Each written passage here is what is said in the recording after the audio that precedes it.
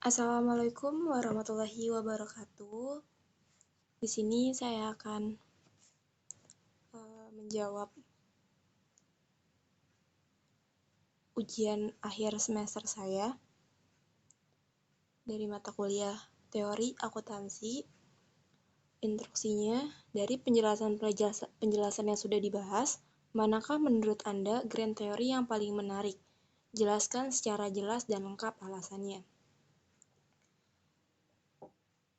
Menurut saya pribadi, saya paling suka belajar tentang teori ekonomi mikro.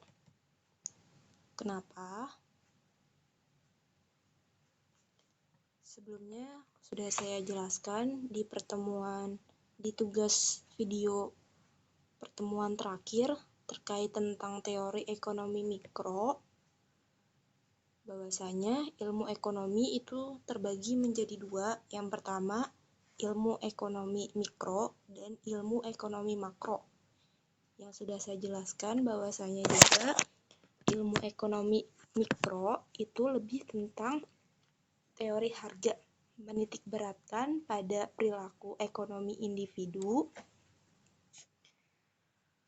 rumah tangga, perusahaan, dan pasar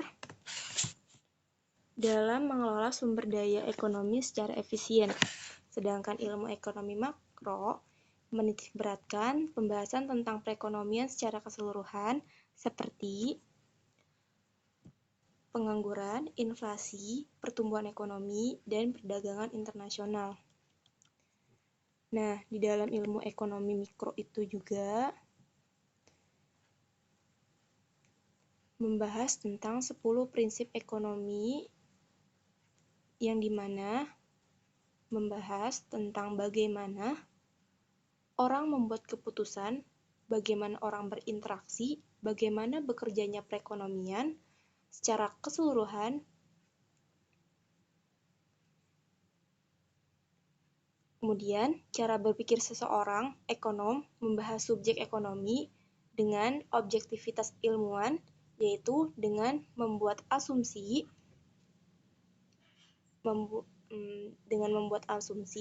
dan membangun model, dalam hal ini model perekonomian. Terus juga ada tentang pembahasan pasar dan hal-hal yang berhubungan bahas dimensi keseimbangan pasar beserta perubahannya, elastisitas demand, supply, efisiensi pasar beserta perubahannya, elastisitas, dan kebijakan pemerintah dalam mengontrol pasar selanjutnya.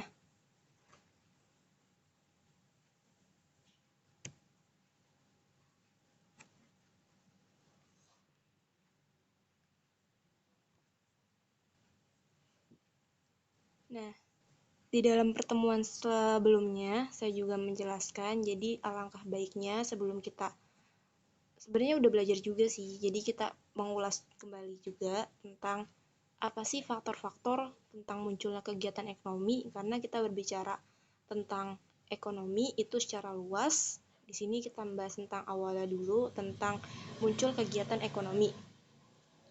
Itu ada 4. Mungkin kalau misalkan kawan-kawan bisa menambahkan, silahkan.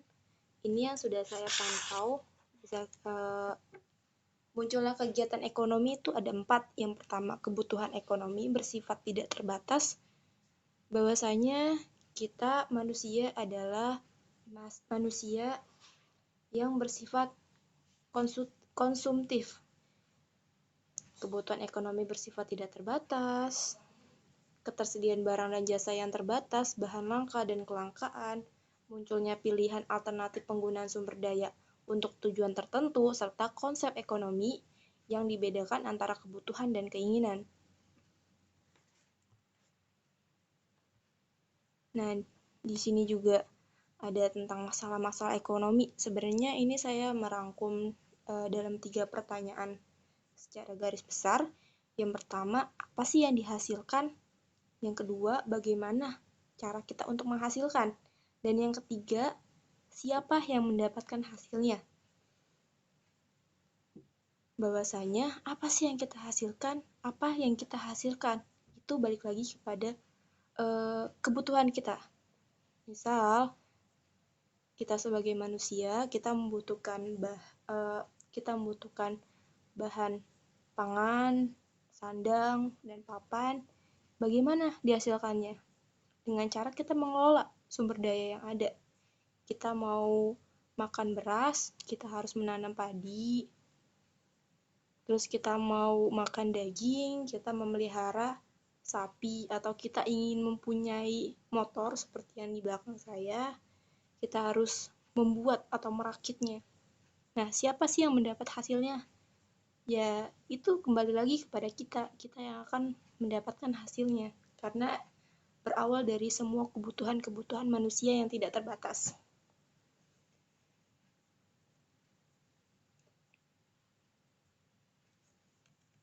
Jadi, ilmu ekonomi itu berperan penting bagi manusia dalam mengelola sumber daya yang terbatas, supaya dapat digunakan secara efisien.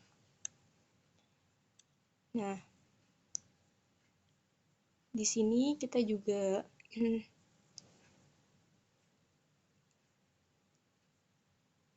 prinsip ekonomi sendiri, bahwasanya bagaimana orang membuat keputusan, bagaimana orang berinteraksi, dan bagaimana bekerjanya perekonomian secara keseluruhan. Mungkin ini sangat penting sebagai dasar bahwasanya kalau misalkan kita sebagai mahasiswa ekonomi yang ingin melanjutkan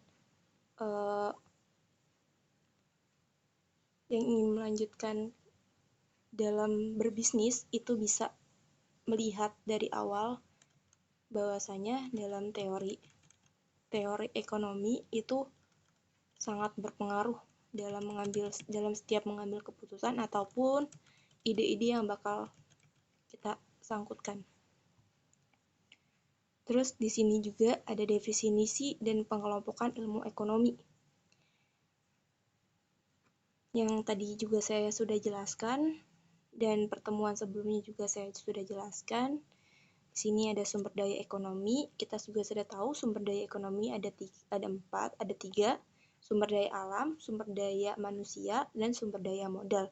Kita nggak bakal bisa membuat sesuatu tanpa adanya sumber daya alam. Mungkin bisa kita membuatnya, tapi lebih banyak kita menggunakannya dari alam.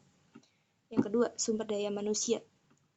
Bahwasanya gak mungkin barang tiba-tiba jadi tanpa ada yang membuatnya. Pasti ada yang namanya pencipta. Yang ketiga, sumber daya modal. Itu seperti lebih ke alat yang dapat membantu kita dalam menyusun atau membuat suatu barang atau jasa. Nah, sebagai agen pengambil keputusan, pelaku ekonomi adalah mereka yang mengambil keputusan di dalam perekonomian yang olehnya berdampak pada kondisi perekonomian. Agen ekonomi tersebut terdiri dari tiga. Yang pertama, individu, perusahaan, dan pemerintah.